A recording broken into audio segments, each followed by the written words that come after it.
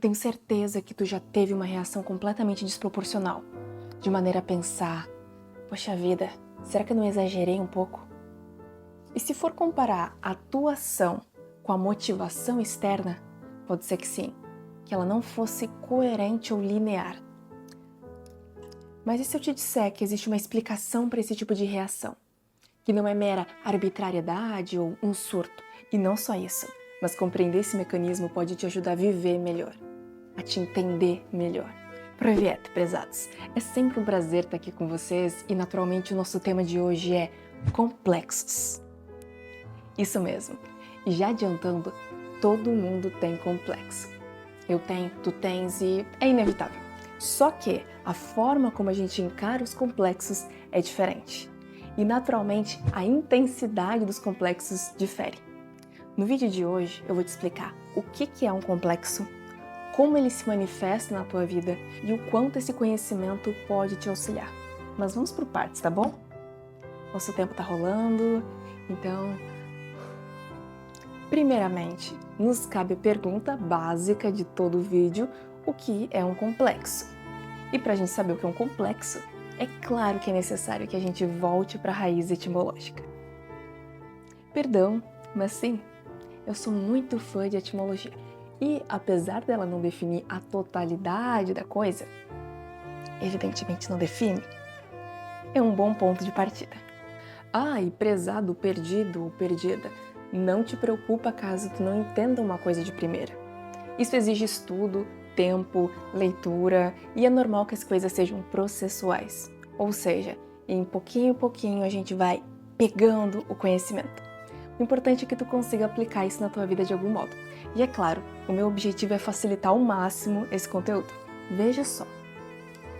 A etimologia de complexo vem de complexus, termo do latim que quer dizer entrelaçamento ou tecido junto, unificado. Ok, claro.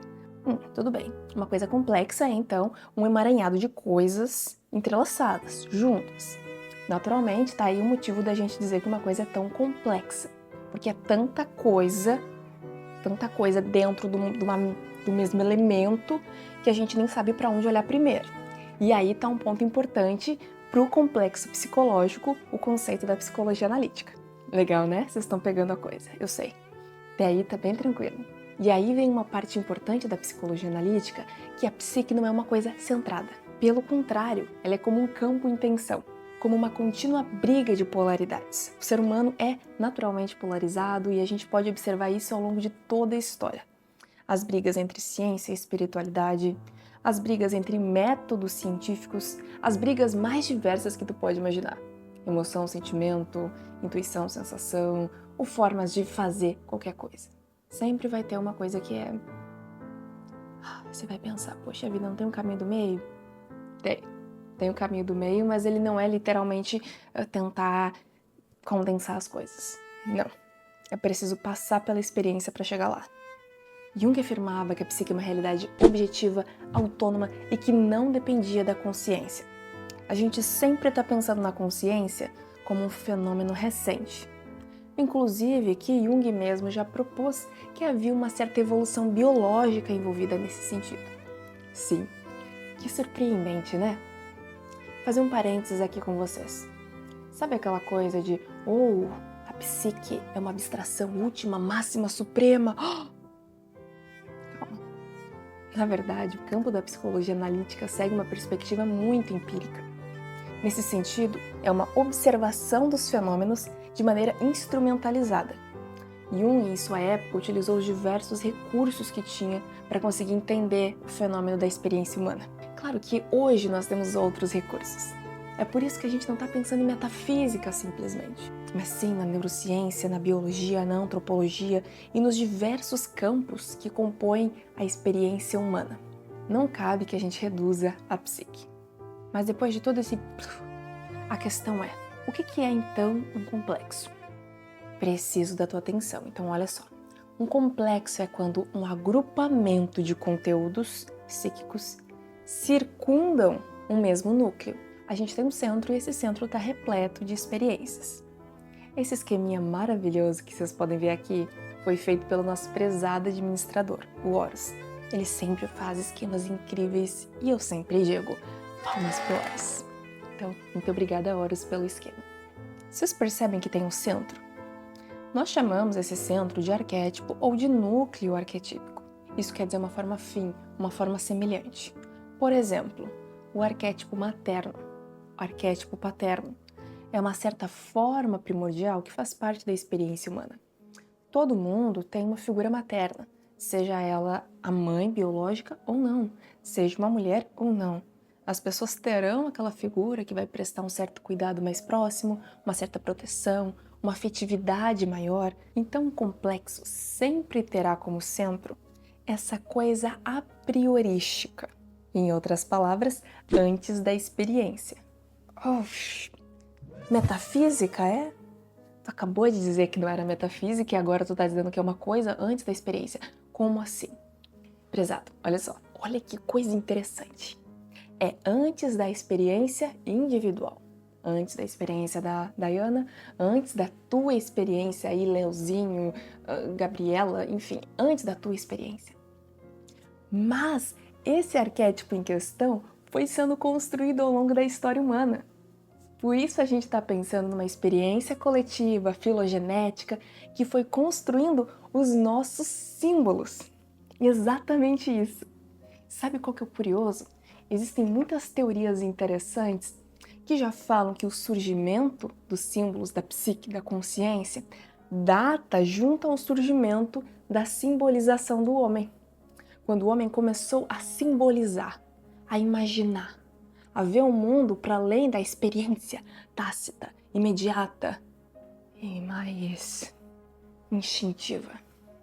Essa é uma coisa que eu e o Airan temos discutido bastante, inclusive a nossa pesquisa atual circunda esse tema.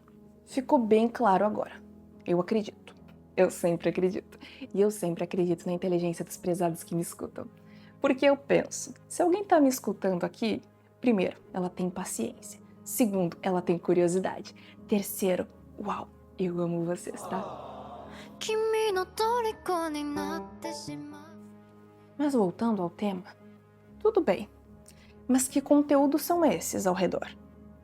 Já sabemos ali que tem uma certa forma inata, como um aspecto materno, paterno, de autoridade, ou seja lá o que for. Mas quais são esses conteúdos? É o a posteriori. São as tuas experiências de vida e as minhas experiências de vida relacionadas àquele tema. Vamos supor o complexo materno. Terá como centro o arquétipo materno. Ou seja, essa forma ideal de mãe que está impressa na experiência universal do ser humano. E dentro desse arquétipo materno, a gente tem funções próprias ao arquétipo. O próprio Jung faz a descrição de quais são essas funções do materno, que no caso seria acolher, proteger, nutrir e fornecer crescimento, fornecer autonomia. Essas são características que mais ou menos estarão presentes no arquétipo materno. E as tuas experiências com a tua mãe ou com a tua figura maternal vão compondo esse complexo, vão juntando em torno desse conteúdo. E claro que a gente tem descrições de subarquétipos maternos, ou seja, variações desse arquétipo, como a mãe nutridora, a mãe morta, a mãe devoradora e a mãe terrível. São expressões que naturalmente não são categorias fixas, elas se entrelaçam e muitas vezes a gente vai ter várias dessas experiências ao longo da vida com a figura materna, mas estarão presentes de algum modo, e cada qual tem a sua função. Poxa vida, complexo então é um baita de um problema, né? Não. Que nem eu falei lá no início do vídeo, o complexo é uma experiência universal. Todo mundo tem complexos e o complexo tem uma função, que é a organização da tua psique. Como tu imagina que esse bando de experiências que a gente tem são organizados? A tua mente é inteligente. Ela naturalmente consegue fazer essas microestruturas que organizam a tua experiência. Parece tudo muito categórico, mas não é, porque um complexo vai se entrelaçando a outro. Quer um exemplo bem simples? Todo mundo, por via de regra, tem um complexo egóico, porque o ego é um arquétipo. Naturalmente, um arquétipo com o qual a gente está sempre entrando em contato. e ele age como um complexo autônomo, já que a gente vive de maneira essencialmente egóica, ainda que com muita frequência o inconsciente nos invada, a gente é tomado por emoções que não sabe de onde vêm, por angústias, sonhos, fantasias e coisas que a gente não reconhece como sendo nossas, que não parece que são da gente, mas também são, só opostas a esse complexo vigente do ego, dessa centralidade da nossa consciência com a qual a gente costuma se identificar. Que a gente pensa, eu sou isso aí, eu sou uma pessoa super comunicativa, extrovertida, eu tenho tendência a gostar de passar muito tempo escrevendo, lendo, gosto de sair, enfim. São uma série de identificações, formas de viver, de perceber, que fazem parte do nosso complexo egóico, na nossa consciência. Tá, mas como é que eu nunca percebi isso? Tu não percebe porque o complexo, ele é inconsciente. Ele é essencialmente uma coisa que não foi processada na consciência, já que esse nosso aspecto consciente é um fragmento da totalidade psíquica. Vamos para um exemplo dentro do complexo materno para entender? O Leozinho, nosso prezado, tinha uma mãe extremamente castradora, exigente, castradora, que sempre punia muito tudo que ele fazia e ao mesmo tempo colocava muita pressão em cima dele. As experiências que o Leozinho foi desenvolvendo com a figura materna, ou seja, com essa imagem arquetípica materna, foram carregadas negativamente. A gente tem um desvio arquetípico para o negativo. Uma experiência de dor, uma experiência que ele não queria viver. Nos registros da psicologia analítica, de maneira empírica, a gente tem muitos pacientes com esse padrão, que desenvolvem complexos de superioridade e de inferioridade, muitas vezes simultaneamente. O sujeito oscila na ideia de ser muito grandioso, de precisar sempre ser o melhor, atingir expectativas irreais, porque havia uma projeção muito forte dessa figura materna, para que ele fosse espetacular, para que ele sempre agisse mais e melhor. Ao mesmo tempo, um complexo de inferioridade que pode vir como não sou bom o suficiente, nada do que eu faço nunca chegará à altura. Mas tu percebe que até mesmo esse complexo de inferioridade carrega uma certa superioridade velada? Como assim eu nunca vou ser bom o suficiente? Não tá bom o suficiente?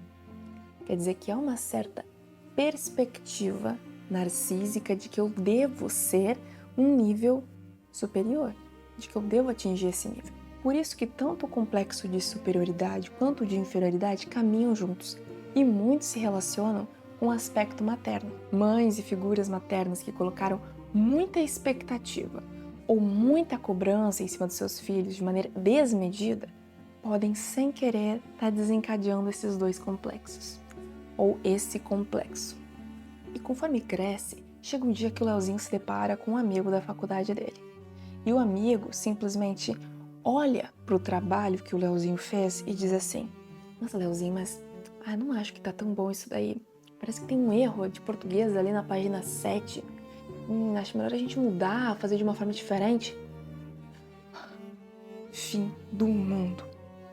Leozinho tem uma crise e diz: ô cara, qual é que é? Como que tu fala uma coisa dessas? Por que tu não cuida? Enfim, Leozinho se descontrola. Tem uma reação que o amigo, olhando, pensa: calma, eu tava só dando uma sugestão pro nosso trabalho. E de fato, a pessoa em questão pode sequer ter tido a intenção de ofender o Leozinho. Mas o que aconteceu nesse instante? Esse complexo vai crescendo, crescendo, crescendo. E quanto menos tu identifica o teu complexo, mais ele cresce. E quanto mais ele cresce, prezado, mais distante ele fica desse núcleo. Então não é mais sobre a mãe ou sobre a figura materna. Agora é sobre todo tipo de crítica.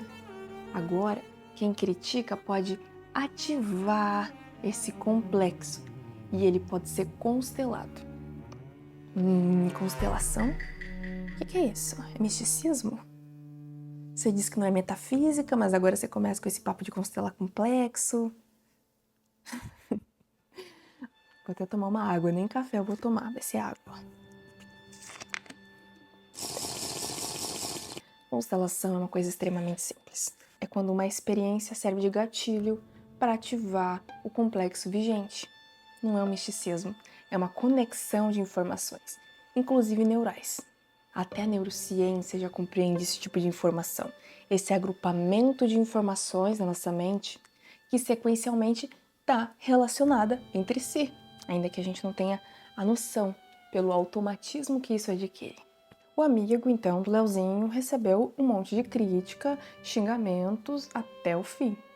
E o Leozinho, depois que se deu por conta, pensou: poxa vida, o que eu falei?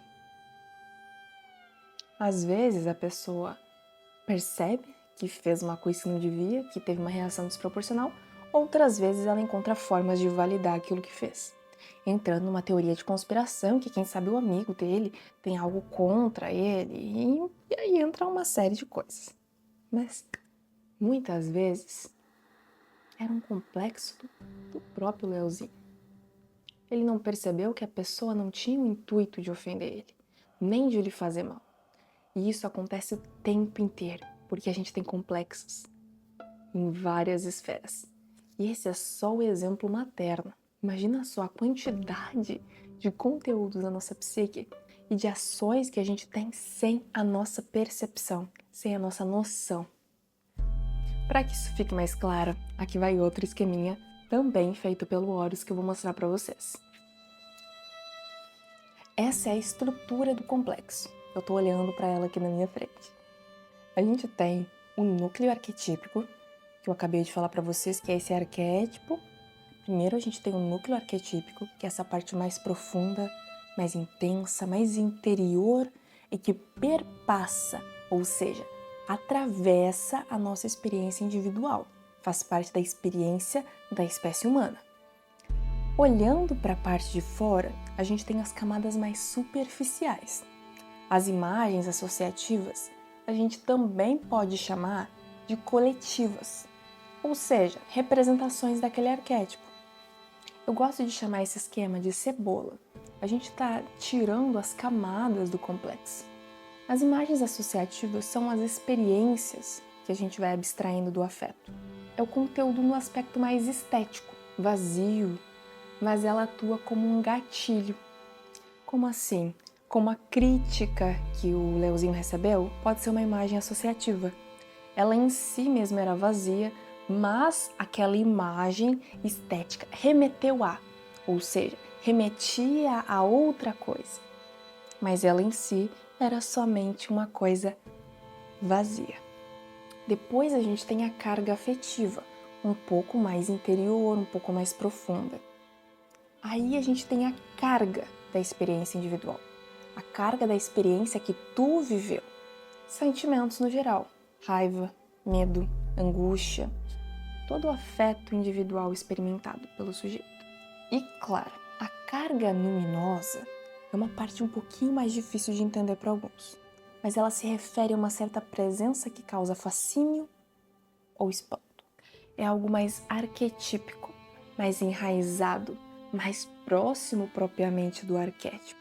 Quanto mais o complexo tem carga luminosa, mais poderoso e perigoso ele é. Quer ver um exemplo? Uma pessoa pode ter um complexo materno com uma carga luminosa tão forte ao ponto dela se identificar com um arquétipo materno e ela adotar uma posição de mãe salvadora do mundo, de todo mundo, e acreditar que aquele é o papel dela, vivendo apenas naquele estado, como se não houvesse mais nada, se ela fosse aquilo.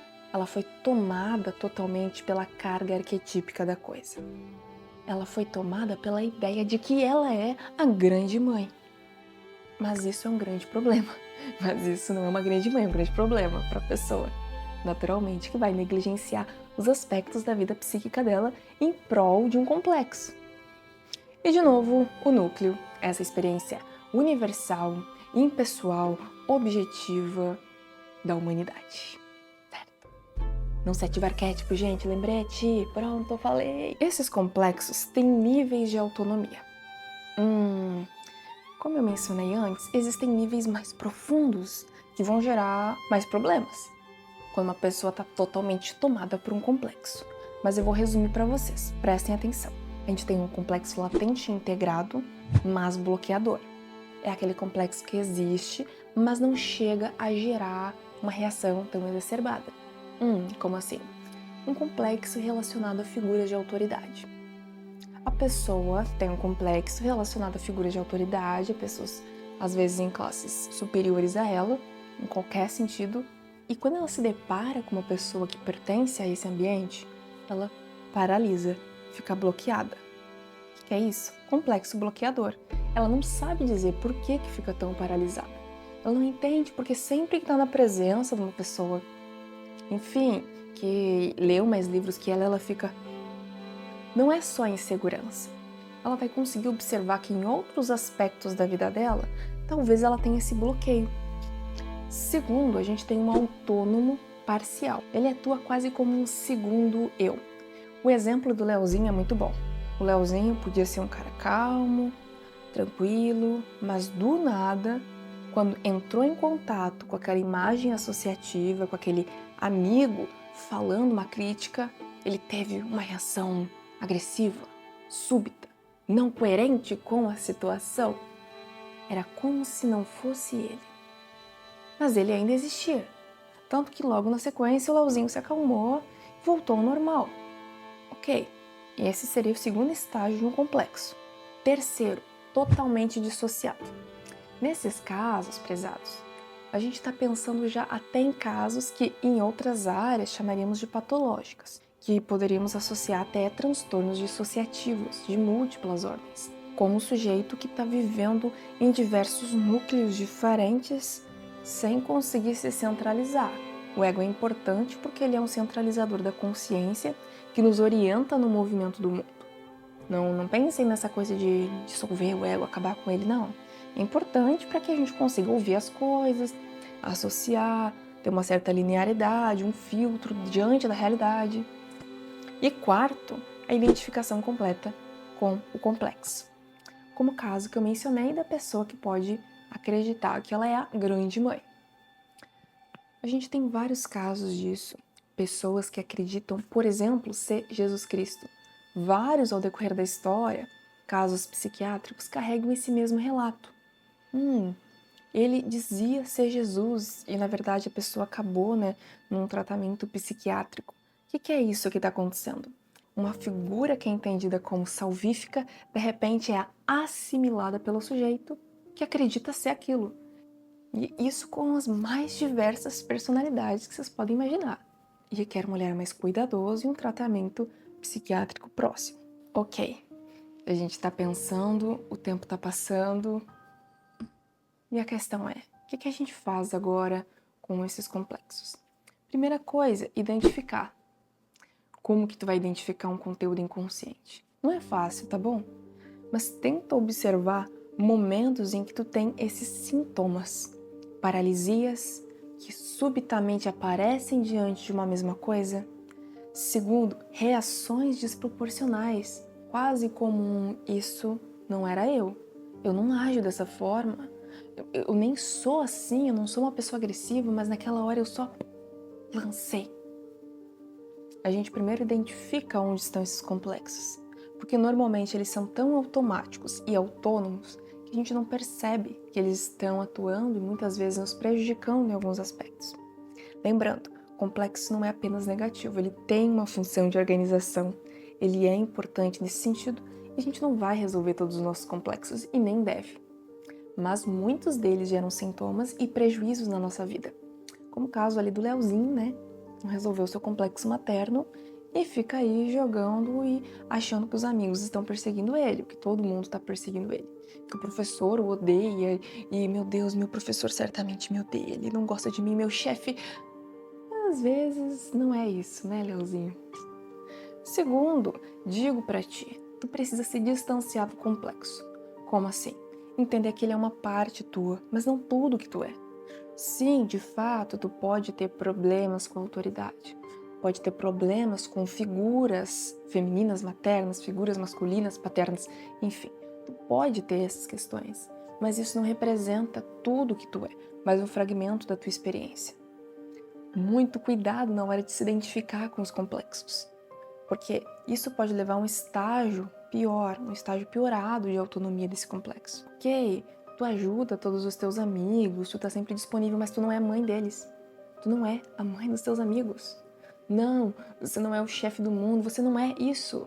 Isso é um pedacinho e muitas vezes um complexo que tá te tomando. Calma, você é um ser humano complexo, completo, que também tem emoções diversas. Lembra disso, tá bom? Então pensa e se afasta de ideias muito exageradas sobre o que tu é. Aconselhado. Terceiro, confronto. Confronto analítico. A gente tem a análise junguiana, a terapia, a arte, para muitos é muito boa, como escrita, desenho. Confrontar esse conteúdo. Escreve sobre ele. Conversa com o teu terapeuta sobre. Desenha. Coloca isso para fora, expressa esse conteúdo para tu conseguir confrontar ele. Claro que a parte dialética é muito boa, e é claro que o método junguiano é dialético, então a gente dá prioridade muito a essa alteridade, mas eu não sei qual que é a tua situação. Eu tenho a noção de que é muito difícil acessar a terapia hoje, e apesar de uns dizerem, mas é muito fácil, tranquilo, tem terapia custo social. A gente sabe que não é bem assim que funciona. Vê aí na tua realidade de que maneira tu consegue ir confrontando isso aos poucos e se tu tá disposto a encarar esses conteúdos. E por último, meu lembrete mais importante é que o complexo precisa ser vivenciado, experienciado. Ele não pode ser compreendido completamente por vias intelectuais. Como assim? Tu saber que tem um complexo materno, saber onde ele começa, as suas inervações, não vai te ajudar a superar esse complexo. Ele precisa ser vivenciado mesmo, experimentado, confrontado, e através da experiência de vida é que a gente vai modificando as coisas. Tendo consciência disso, já é um começo, né? Bem, prezados, eu tô muito feliz para quem chegou até o final aqui comigo, esses longos minutos conversando. É claro que o tema é muito longo, tanto que no Arquétipos Anônimos a gente já tá na 4ª oficina sobre complexos, que duram cerca de 2 horas cada uma. Se tu quiser participar, as nossas oficinas são totalmente gratuitas e visam a promoção da psicoeducação, com interface em artes e em filosofia, promovendo esse diálogo. E por último, se tu gosta de filosofia, dá uma olhada nas edições do Clube de Filosofia que está com assinaturas mensais de vários títulos. Claro, não é? Quem quer estudar a mente humana, psique, necessariamente acaba caindo na filosofia também. Cuidem-se, prezados, tomem bastante água. Tô precisando tomar e vocês também, viu?